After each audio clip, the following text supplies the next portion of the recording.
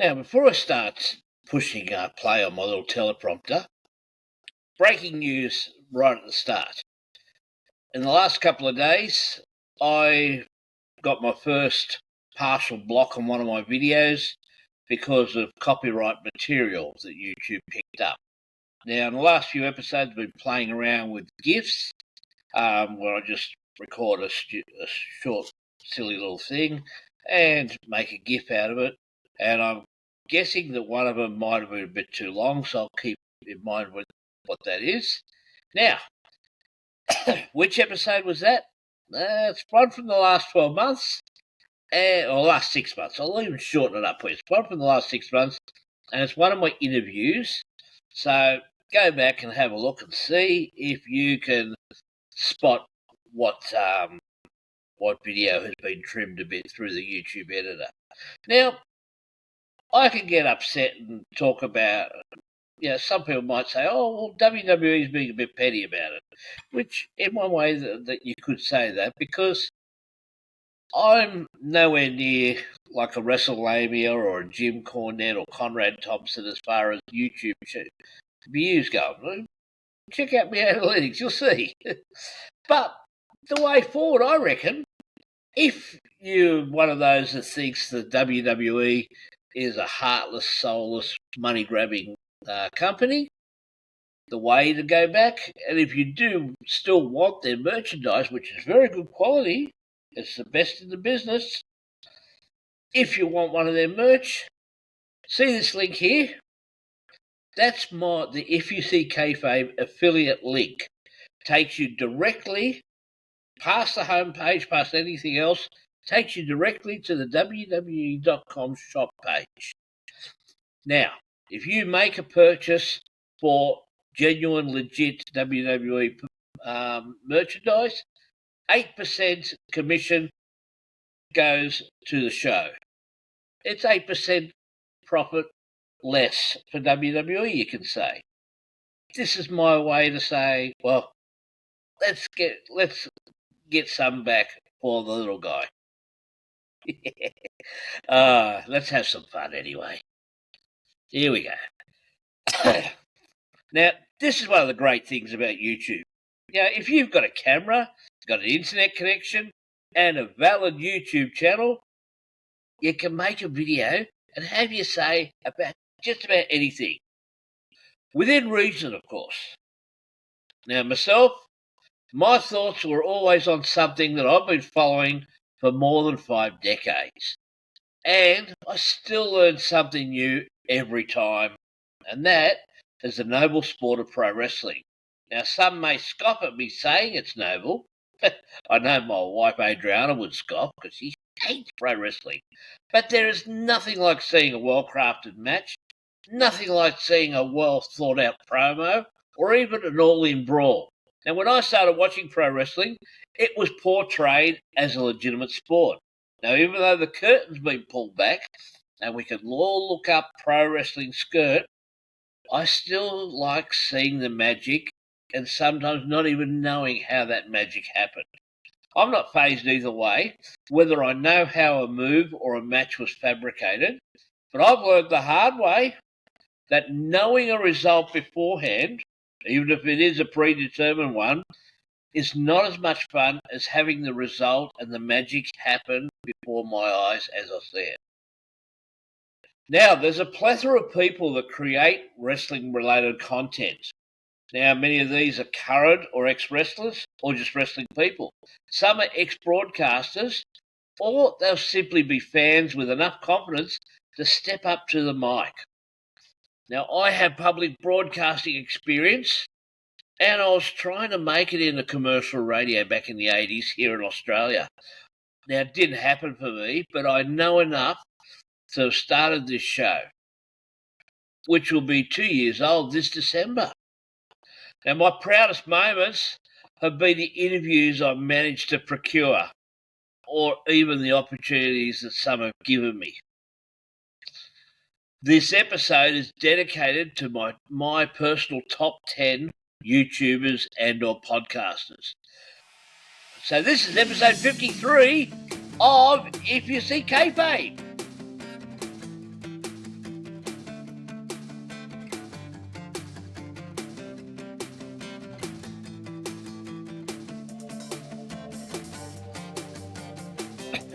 G'day wrestling mates, welcome to episode 53 of If You See Kayfabe. I'm your wrestling mate from down under, I'm Southern Joe. Thank you to those who saw my Hulk Hogan tribute, plus big thank you as well to Wade Simmons, the promising young wrestler from Chicago, who was such a pleasant and joyous young man, very positive. Let's hope he does decide to dedicate himself to the squared circle and makes it. Also, big thank you to Matty Wild. He, who is now dedicating himself full-time to being LJ the Magician, he gave his last ever pro wrestling interview to good old me, and that was under his guise of Matty Wild. So thank you very much, and I hope you really enjoyed. You've got to see that episode the full way through. It's only 45 minutes out of your time. And I actually, even if I do say so myself, I love what I did at the very end to give him a send-off. Now, on to this episode. It's dedicated to some what might say is my opposition. But I see some as inspiration, some as just entertaining, and some are even my wrestling mates. This is my top 10 of podcasters and or YouTubers. Now, the audience participation segment for this episode is, who are your favourites? Who do you like best with podcasters or YouTubers? Now, number 10, Bully Ray, who's also known as Bubba Ray when he's in the WWE, the most successful of all the Dudley boys, although most would only associate Dudleys with Bubba Ray and Devon. Bully Ray is one of the co-presenters of the Busted Open radio show and podcast. I find him to be honest, forthright, and his gravelly voice lends credence to his tough guy image. He is easy to listen to, apart from all that. At number 9, Casey Thompson, a 20-year-plus veteran of wrestling, who was the interview subject of episode 40 of my show, and he co-hosts a YouTube show with longtime announcer and friend Kevin Kelly, which is called the In-Ring Wrestling Podcast. Very good. Now, I loved our interview because he had some great stories and a unique perspective on the wrestling business as an enhancement talent. He may not have been the biggest star, but he has worked with most of them and was trusted by many of them as well. At number 8 is Kevin Kelly. He's not quite officially a wrestling mate of mine, but since my interview with Casey, his wrestling mate, I've paid more attention to who Kevin Kelly is. Now, my opinion is that he is possibly the most underrated announcer of the last 40 years. I want an interview with Kevin because he also has some great stories to share. He's also a proper broadcaster. That's very important. Number 7, Dave LaGreca. He is the founder and main host of the Brave digital radio show that is Busted Open. It airs every morning on the SiriusXM radio network in the USA. He has parlayed the success of Busted Open in a 24-hour radio channel, Pro Wrestling Nation 24/7. Now, here in Australia, we don't really have subscription digital radio, but I admire Dave as a fellow superfan who went for it and backed himself. He is passionate and he's positive. But like every single podcaster that I listen to, I don't always agree with everything he said, but every opinion of all that you'll see in this top 10 will at least make you think. Pardon me, folks. At number 6, Evan Ginsberg. Now, I'd heard of the name before I invited him on for an interview. I never knew of his involvement with such a prestigious movie as The Wrestler. But geez, am I glad that I've now got to know him. He co-hosts a YouTube show, Wrestling and Everything Coast to Coast with Buddy Sotelo. He also has a new project in the works. He promises more details on that when available. And he was a great person to interview. Hi, it's everyone's favorite clown, 211 or inmate 211 on If You See Kayfabe. I prefer calling it Kayfabe because Kayfabe just, Kayfabe. It's amazing. Everyone loves me here, I got the headbutt, I got the mixed personality. It's great. I'm having so much fun. Back to the countdown of the top 5. Number 5, Eric Bischoff. His podcast, 83 Weeks, was one of the first pods I discovered back around 2020. Now, I thought the title was an indication of how long Eric would be conducting the podcast. It was my second introduction to his co-host, Conrad Thompson. Now, I soon found out that 83 Weeks, the title represented the number of consecutive weeks that WCW Nitro beat WWE Raw. Now, this is an achievement that may never ever be reached again. Eric is quite easy to listen to, despite the fact that his voice has become more raspy as the years have worn on. And despite his critics deriding him, Eric's admitted where he has failed. He knows he's got a lack of technical wrestling know-how, but it's easily overcome by his business nous, his storytelling ability, and his determination to do the best he can. Now, if not for a son of mine who arrived late at Starcast Down Under, I may have had the chance to do a small impromptu interview with Eric. Now, Eric, if this interview or this show somehow got your way, I'd love to do an interview.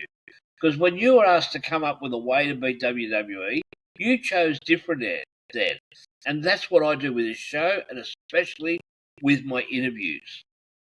Number 4, the great Brian Last. Now, he'd be higher on the list, but one thing that bugs me about him is his insular nature when it comes to playing well with others.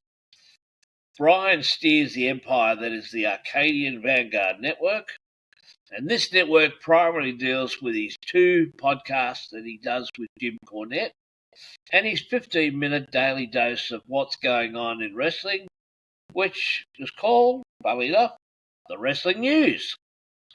But he also has a number of other shows on his network. Here's another superfan who has parlayed his incredible knowledge and his music industry background into the number 1 and the number 2 podcasts in the world. He's easy to listen to, and he is a steadying foil for when Corny's rants go a bit off the rails. What? And number 3, Conrad Thompson, the main reason I started listening to podcasts in the first place. I found the show he co-hosts with Jim Ross, Grilling JR, and wondered, who's this big bloke with JR?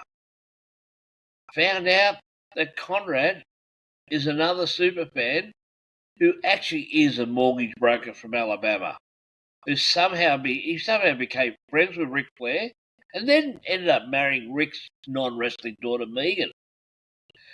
He apparently started out his podcast with Something to Wrestle with Bruce Pritchard. Then he had What Happened When with Tony Schiavone, then Grilling JR. That's how I believe it is. This led to a whole gamut of shows with different stars from the wrestling biz. Now, although I found the amount of ads annoying, and no, I can't justify paying for ad-free shows, but good luck to those that do enjoy it if you got the money for it. He is a good host and seems to be a genuine and somewhat humble guy. He has his critics, but like myself, he just wishes them well and let them have their opinions to themselves. Number 2, Jim Ross, good old JR, and host of the very first podcast I ever heard, Grilling JR. I've heard Jim's full story, from how he started out with folk like Leroy McGurk and Cowboy Bill Watts back in the Territory days, through his entry into WCW when Watts got bought out, and then transitioning to his most well-known run in the WWF, which became the WWE. We've also heard about his private life, from his previous marriages to the loss of his soulmate Jan, to his courageous cancer battles. Now, he seems like the most likeable guy who's become a tiny bit of a curmudgeon in his elder statesman years. Now, before we get into number 1, and I think you might have already guessed who it might be by now, let's give some love for some honourable mentions. Firstly, Tony Schiavone. Now, he seems like a pretty nice and decent guy, and he's a proper broadcaster, and he's a family man. I see a bit of himself in myself, except he made it as a professional broadcaster, but I'm also a family man. Only drawback for me is his shows go a bit too off the rails for me. Jeff Jarrett, another Conrad show. He has had a storied career, and he's been open and honest about the missteps in his personal life as well. He has celebrated and commiserated the joys and tragedies in his life. Now, he doesn't make the list because he and Conrad talk too much American sport at the start of their show for me to include him in the top 10. And just for some Aussie flavour, Tony Shebeki. He is a radio broadcaster from here in Melbourne who anchors the On the Turnbuckle podcast. And that supports and promotes Aussie indie wrestling. So give that a go. It's a good show. And now for my number one. Yes, it's Jim Cornette. What? He's funny. He's extremely knowledgeable. He informs. I don't always agree with his assessments, and sometimes he's a little bit too rigid in reevaluating his opinions on certain wrestlers that he's especially dealt with in the past. Although he also is funny, but sometimes his utter hatred for Vince Russo is a bit of a worry. Oh my God, what? No, what? He is my go-to for my podcast these days, before anyone else's. He would be a magnificent interview, and it would be different from anything he has done because I would like to hear the more human side of Corny. His episode that he dedicated to Bobby Eaton upon his friend's passing was one of his greatest and most heartfelt. Now that's my take on YouTubers and podcasts. It's based purely on what I like. Now please like, subscribe, share, and all the stuff every show asks you to do. But please do mine first. All a bit of fun. Now till next time, when I'll have another special show for you. This is Southern Joe for If You See Kayfabe, and this is Hooroo.